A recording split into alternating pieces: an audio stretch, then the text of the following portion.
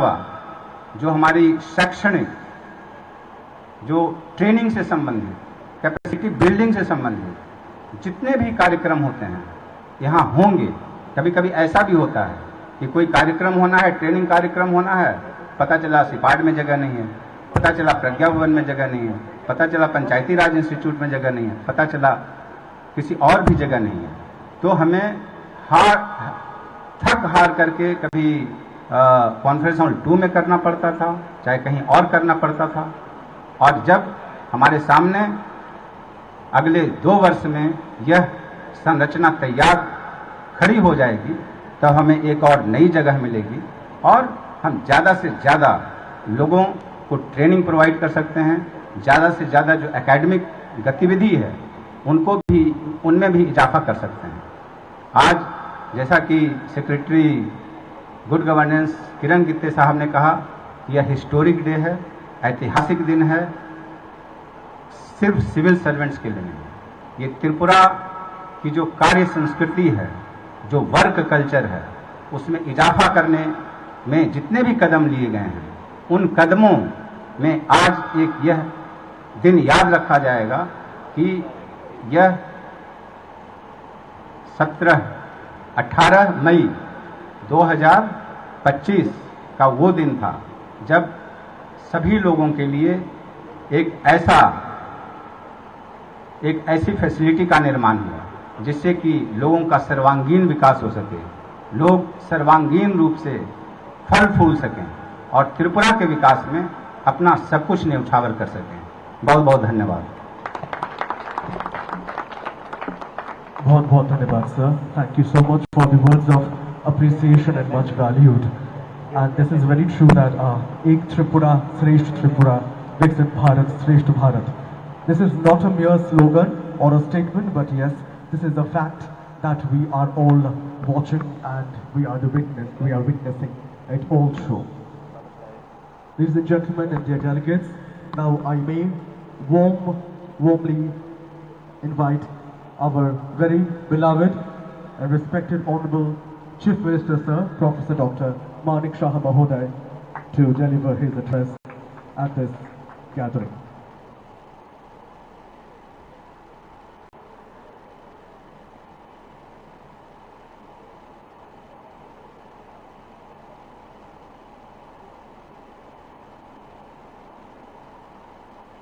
Foundation stone laying ceremony of Civil Services Officers Institute and blood donation camp কুঞ্জবনে একটু আগে আমরা সেটার inauguration করেছি এবং সেই উপলক্ষে আমাদের মাঝে উপস্থিত আছেন ত্রিপুরা সরকারের সম্মানিত চিফ সেক্রেটারি, যিনি একটু আগে ওনার মূল্যবান বক্তব্য আমাদের সামনে রেখেছেন, শ্রী জে.কে. সিনহা মহোদয়। আমাদের মাঝে উপস্থিত আছেন director general of police Tripura Shri Anuragji, উপস্থিত শ্রী আর.কে. সামাল পিসিসিএফ মহোদয়, Shri Kiran Gitte secretary good governance, এখানে উপস্থিত সিনিয়র অফিসার্স, জুনিয়র অফিসার্স এবং অন্যান্য যারা distinguished guest, ladies and gentleman এবং মিডিয়া বন্ধুরা, সবাইকে আজকে আমি এত একটা সুন্দর দিনে উপস্থিত থাকার জন্য হার্দিক অভিনন্দন ও শুভেচ্ছা জানাচ্ছি। আজকে সত্যি একটা আমি বলবো যে একটা মাইল ফলকের দিন, বিশেষ করে আমাদের যারা সিভিল সার্ভিসেসে যারা কাজ করছেন। এখানে আমাদের চিফ সেক্রেটারি সাহেব বলেছেন যে উনি গ্রামে যখন খেলতেন তখন যখন লালবাত্তিওয়ালা কোনো গাড়ি আসতো তখন যে ওনার যে চিন্তা ভাবনা বা ওনার যে চিন্তাধারা, এটা টিপ অফ দ্য আইসবার্গ। অন্যান্য আমাদের ওই বয়সে ছেলে মেয়েদের মধ্যে একটা যে চিফ সেক্রেটারি এসছেন বা এসপি মহোদয় এসছেন, ডিএম এসছেন, তো একটা অদ্ভুত যে ওনারা কি কাজ করেন, ওনারা কোন অন্য জগতের লোক, এই ধরনের একটা চিন্তাভাবনা কিন্তু আছে এখনো। যারা এটা মানে ছোট ছোট ছেলে মেয়েরা গ্রামে গঞ্জে বিভিন্ন জায়গায় আছে, তাদের মধ্যে এখনো কিন্তু এটা চলবে। এবং ওনাদেরকে দেখে এই যে একটা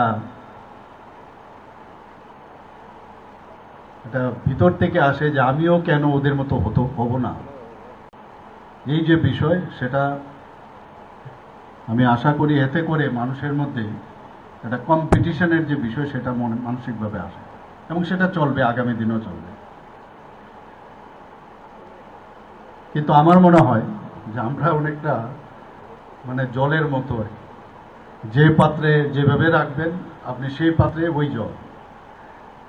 কাপের মধ্যে রাখলে কাপের জল, বড় গামলায় রাখলে একরকম। এবং ব্যক্তিগত জীবনে আমার মনে হয় এখন আমরা যে যে জায়গায় যখন যখন আমি ছিলাম, ওই জায়গার মধ্যে আমি সেরকম।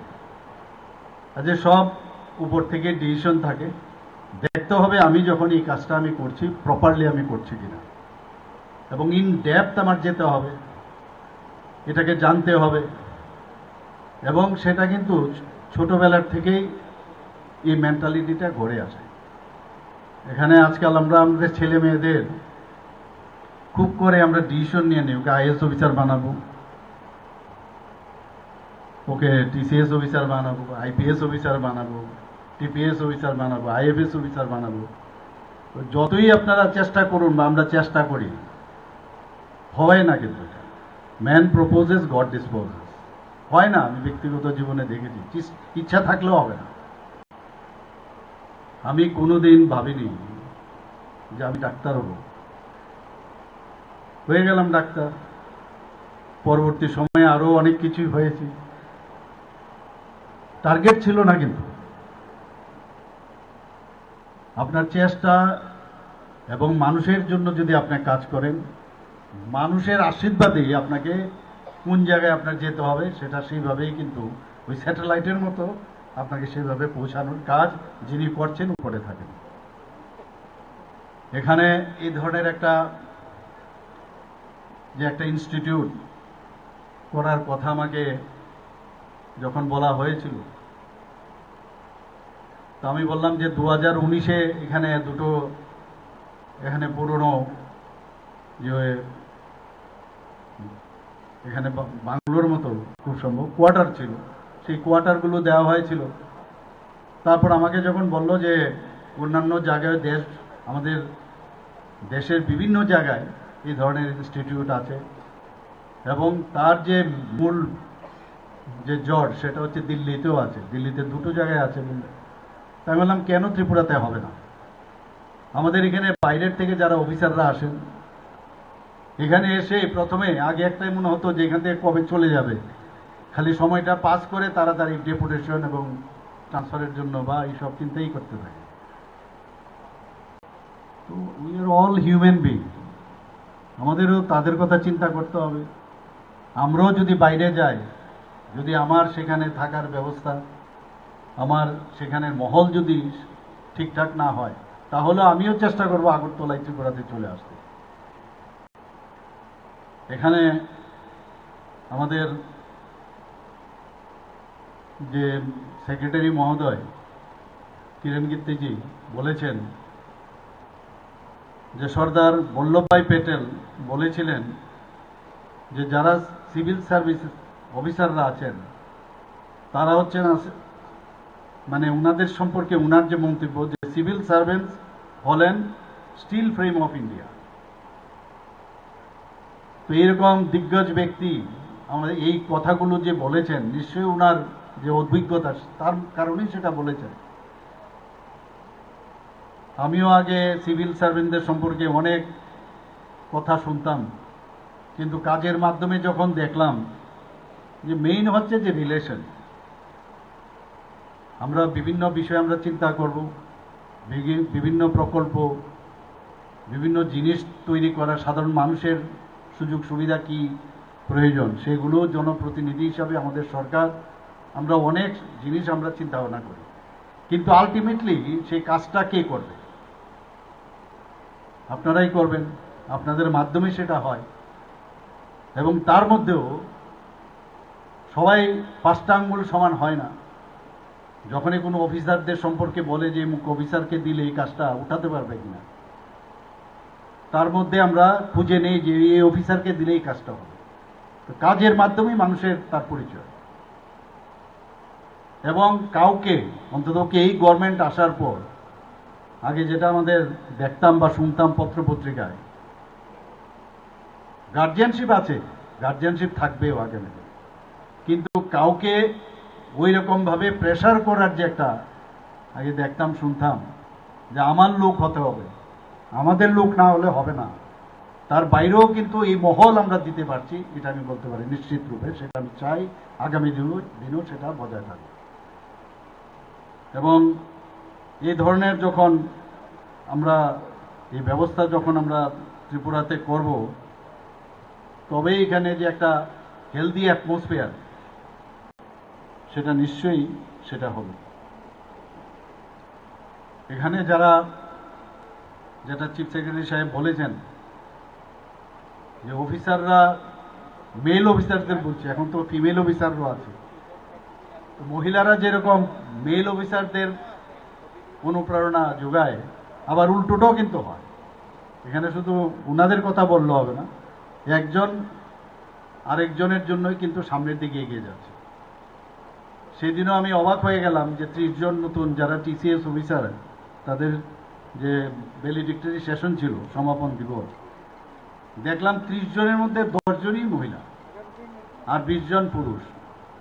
এবং ওদের ব্যাকগ্রাউন্ড আমি দেখে অবাক হয়ে গেলাম যে 27 জনের মধ্যে ইঞ্জিনিয়ারিং, কেউ বিটেক এমটেক, আবার কেউ আছে 3-4 জন যে আছে তারা আবার কেউ পিএইচডি করা গোল্ড মেডেল। তা আমি একটা জায়গায় আমি বলছিলাম যে আপনাদের ছেলে মেয়েদেরকে, আর একজন ভেটেরিনারি সার্জনও ছিল, যে আর এইসব প্রফেশনাল কলেজে না পাঠিয়ে সোজা সিভিল সার্ভিসে চলে আসুন। কারণ নিশ্চয়ই এর মধ্যে অনেক বেশি, নিশ্চয়ই সব জায়গায় মানুষের জন্য কাজ করা যায়, কিন্তু এই প্ল্যাটফর্মে থেকে আরো অনেক বেশি মানুষের জন্য কাজ করা যায় বলেই তবে চলে আসছে। আইএস আর আরামের জন্য কিন্তু আসছে না, যে কাজ করার যে সুবিধা তার জন্য আসছে। এবং যে ধরনের ট্যালেন্ট আমরা এখন যেভাবে কাজ করছি, যেভাবে আমাদের মানে ট্রান্সপারেন্সির মাধ্যমে আমরা সুযোগ একটা মহল তৈরি করেছি, একদম এক একজন থেকে একটা ট্যালেন্টেড যে যারা প্রার্থীরা এসে নেবেন, সত্যি আমাদের আগামী দিনে, আমি সেদিনও বলেছি যে ত্রিপুরা কোন জায়গায় যাবে আমি জানি না, অনেক বেটার পজিশন হবে। আমাদের এখন পর্যন্ত রাজ্যে প্রায় 59 জন মতো আইএস অফিসার আছেন, বাইরের আইএস অফিসার, এবং 42 জন আইপিএস অফিসার। কিছু কিছু আইএস অফিসার এখনো বাইরেও আছেন, তাদের আমি কাউন্ট করলাম না। এখানে 40 জন আইএফএস অফিসার আছেন, এবং 470 জন আমাদের টিসিএস অফিসার, 152 জন টিপিএস অফিসার, 50 জন টিএফএস অফিসার ত্রিপুরাতে আছে। যখন আমি কাজ করতে যাই বা কোনো ডিসিশন নেই, আমি কয়েকটা বিষয় এখানে কিছুদিন আগে আপনারা দেখেছেন যে 22nd যে প্লেনারি সেশন এখানে হয়েছিল ত্রিপুরাতে এনইসি, কাজের মাধ্যমে যে পরিচয়, সেটা আমি এই কারণে বলছি যে কনফিডেন্স লেভেলে তো হাই হয়, যে যখন আমরা বারবার যখন বললাম যে ত্রিপুরাতে একবার আমাদের এই ধরনের প্লেনারি সেশন হোক, এবং ইন ওয়ান গো বলে যে না এবার ত্রিপুরাতে হবে, ভাবছিলাম কি জানি মেঘালয়ের মতো আমরা করতে পারবো কিনা, বা অন্যান্য নর্থ ইস্টার্ন জোনে যে সব জায়গায় হয়েছে তার মতো করতে পারবো কিনা। কিন্তু একমাত্র আপনাদের যে কুশল যে চিন্তা ভাবনা এবং কাজ, তার জন্য এটা কিন্তু মানে বিগ সাকসেসফুল হয়েছে। গভর্নর সাহেবরা এসেছিলেন এখানে, আমি মনে আছে অনেক গভর্নর সাহেবরা বলছিলেন যে हम चाहते हैं त्रिपुरा में ये बार बार हो जाने के टाइम पहले। एत satisfied, they were very much satisfied. তো এটা তো আমাদের জন্য না, বলেছে আমাকে, কিন্তু credit goes to all of you. একটার পর একটা আমাদের যখন G20 যখন S20 আমাদেরকে দেওয়া হয়েছিল, সায়েন্স 20, সেখানেও আপনারা আপনাদের পারদর্শিতার পরিচয় দিয়েছেন। ফ্লাডের কথা তো এখানে বলা হয়েছে, এরকম দুর্যোগপূর্ণ অবস্থা আমাদের ত্রিপুরাতে অন্তপক্ষে আমি তো দেখিনি। সেই জায়গায়ও কিন্তু আমাদের কনফিডেন্স ছিল। বিশেষ বিশেষ কথাগুলো এখানে আমাদের চিফ সেক্রেটারি মহোদয় বলেছেন। কাজে অনেক যত কাজ হচ্ছে তত বেশি কনফিডেন্স ডেভেলপ করছে। তারপরও আমাদের 27,000 কোটি টাকা আমাদের মানে বাজেট ছিল, সেই জায়গায় এবার 32,000 কোটি টাকা হয়েছে। মানে একটা ছোট রাজ্য, তারপরও আমরা সেই জায়গায় এক জাম্পে আমরা প্রায় 4,000 কোটি টাকা আমরা বেড়েছে। সেটা একমাত্র মাননীয় প্রধানমন্ত্রী নরেন্দ্র মোদীজি সেটা দেখছেন, বুঝছেন যে কাজের কাজ ত্রিপুরাতে হচ্ছে, তবেই একটা বিরাট একটা জাম্পে আমরা সেখানে আমরা যেতে পেরেছি। আমি আশা করি যে আগামী দিনও আমরা বিভিন্ন যে আমরা টিম ত্রিপুরা, আমি বলবো যে টিম ত্রিপুরা, সেটা যদি আমরা বজায় রাখতে পারি, সবার জন্য যে কাজের যে প্রয়োজন, যে মৌলিক যে সমস্যাগুলো, সেটা আমাদের পানীয় জলের ব্যবস্থা হোক, রাস্তাঘাটেই হোক, এখানে ইলেকট্রিসিটি হোক, বিভিন্ন যে যোজনাগুলো আমাদের সেন্ট্রালের এবং স্টেটের আমরা আছে, সেইগুলো আমরা তবে পৌঁছাতে পারব। আপনারা অলরেডি করেছেন বিভিন্ন প্যারামিটারে। আমরা যখন দিল্লিতে আমাদের বৈঠক হয়, সেখানেও কিন্তু আমরা দেখেছি যে আমরা অন্যান্য বড় বড় যে যে বিগ স্টেটগুলো আছে তাদের থেকে আমরা এক পার কোনো জায়গায়, আবার অনেক জায়গায় আমরা ওদের জাস্ট পেছনে আমরা রয়েছি। আমি আশা করি আপনারা যেভাবে কাজ করছেন, এখানে ইনস্টিটিউট হবে, এখানে বিনোদনের ব্যবস্থা থাকবে, রিল্যাক্স করার সুবিধা থাকবে, সব থাকবে। আর বিশেষ করে যারা লেডিজরা আছেন তাদের পক্ষেও এখানে সামাজিক কাজের সাথে সাথে এখানে তাদেরও একটা মানসিক যে একটা বিষয় আছে, সেটাও কিন্তু আপনারা, এবং এই যে বাইরে যাওয়ার জন্য বারবার মুখ্যমন্ত্রীকে অনুরোধ করা, সেটাও মনে হয় অনেকটা কমে যাবে, এবং সেটা আমার জন্য অন্ততপক্ষে সুখকর বিষয় হবে, এবং সেটা কিন্তু আলটিমেটলি মানুষের কাজে আসবে। এবং আমি অ্যালাও করবো না, বলবো এখানে সব আছে, আপনারা চলে আসুন, আমি আর যেতে দেবো না আপনাদের। এখানে অনেক আইএস অফিসারদের জন্য আমার বাধ্য হয়ে মাননীয় প্রধানমন্ত্রীর কাছে আমার চিঠি লিখতে হয়েছে। যেতে অসুবিধা নেই, যাক, কিন্তু ঠিক সময়ে গিয়ে আবার চলে আসলেই হয়, যাওয়ার পরে আর আসতে চায় না। ওখানে গিয়ে ওকে ধরে তারপরে ওনাদের মাধ্যমে এটা ইনডাইরেক্টলি বলা হয় যে আরে আপনারা নিয়ে যাচ্ছেন, তো আমরাও হিউম্যান বিং, তো এটা একটু অসুবিধা হয়। এখন এই ধরনের ইনস্টিটিউট যখন হবে, এক পাশাপাশি আপনারা যেরকম এখানে সব সুযোগ সুবিধা থাকবে। আবার যেটা বলা হয়েছে, এখানে ইনস্টিটিউশন বলতে যেটা বোঝায় বিভিন্ন কার্যক্রম আপনারা for the development of your this expertise সেখানে আপনারা করতে পারবেন। তো এটা আমাদের জন্য এখন সুবিধা হবে। এবং এখানে আসা মানে এটা না এখানে আসলাম রিল্যাক্স করলাম এরকম না, এটা রিলেশন কিন্তু আপনাদের নিজেদের মধ্যে ডেভেলপ করবে। আপনারা যখন একটা ইউনিট হবেন, আলটিমেটলি এটা আমাদের জন্য সুবিধা হবে। সেখানে একটা আত্মিক যে সম্পর্ক, একটা পারিবারিক যে মিলন, সেটা কিন্তু আপনাদের হবে।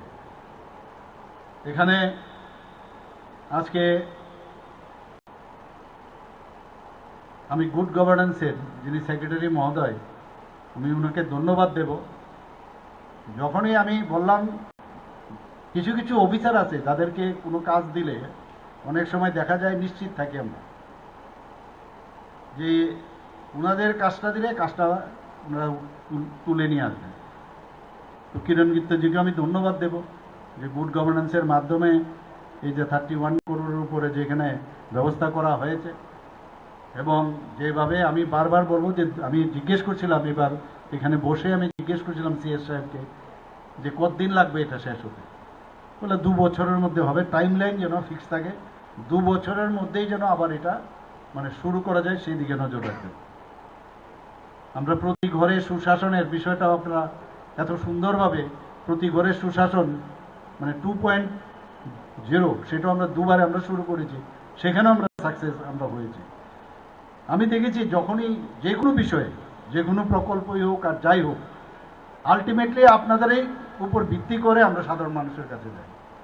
এবং সেটা যত আরও সুদৃঢ় হবে ততই আগামী দিন মানুষের কাছে জবাব যদি দিতে হয় সেটা দিতে অনেকটা সুবিধা হয়, মিথ্যে কথা যেন না বলি আমরা। এবং সেটা আগামী দিন আমি মনে হয় যে আপনারা সেই কাজটা যেভাবে করে আসছেন তা আরও ভালোভাবে করবেন। আর ইনোভেটিভ কোনো যদি আরও চিন্তাভাবনা থাকে নিশ্চয়ই আপনারা সেই কাজটা করবেন। এবং আজকের এই যে সিভিল সার্ভিস অফিসার্স ইনস্টিটিউট যেটা হচ্ছে এবং যারা ব্লাড এখানে দিচ্ছেন, একজন তো আমাকে বললেন বহুদিন ধরে আমি আপনার পেশেন্ট ছিলাম। তো খুব ভালো লাগলো, যেখানেই যাই এরকম 3 দশক ধরে 3টা জেনারেশনই বলা যায় আমার পেশেন্ট, তো আমিও চিনতে পারিনি। তো খুব ভালো লাগলো। এর মধ্যে কিন্তু একটা যখনই বলে আপনার পেশেন্ট, তো একটা আলাদা ফিলিংস কিন্তু চলে আসে। কোনো সময় যখন আপনি চলে যাবেন বা আমরা চলে গেলাম কোনো জায়গায় দেখা হলো, স্যার আপনার আন্ডারে তো আমি ছিলাম, এটা কিন্তু সম্পর্কের তখন ওই মুহূর্তটা চলে আসে।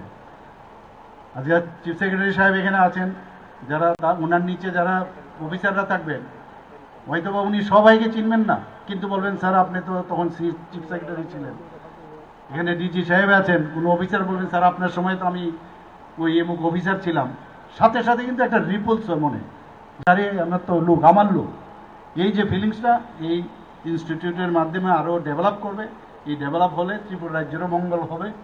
এবং মাননীয় প্রধানমন্ত্রীজি যেভাবে বলছেন যে আমরা এক ত্রিপুরা শ্রেষ্ঠ ত্রিপুরা, এক ভারত।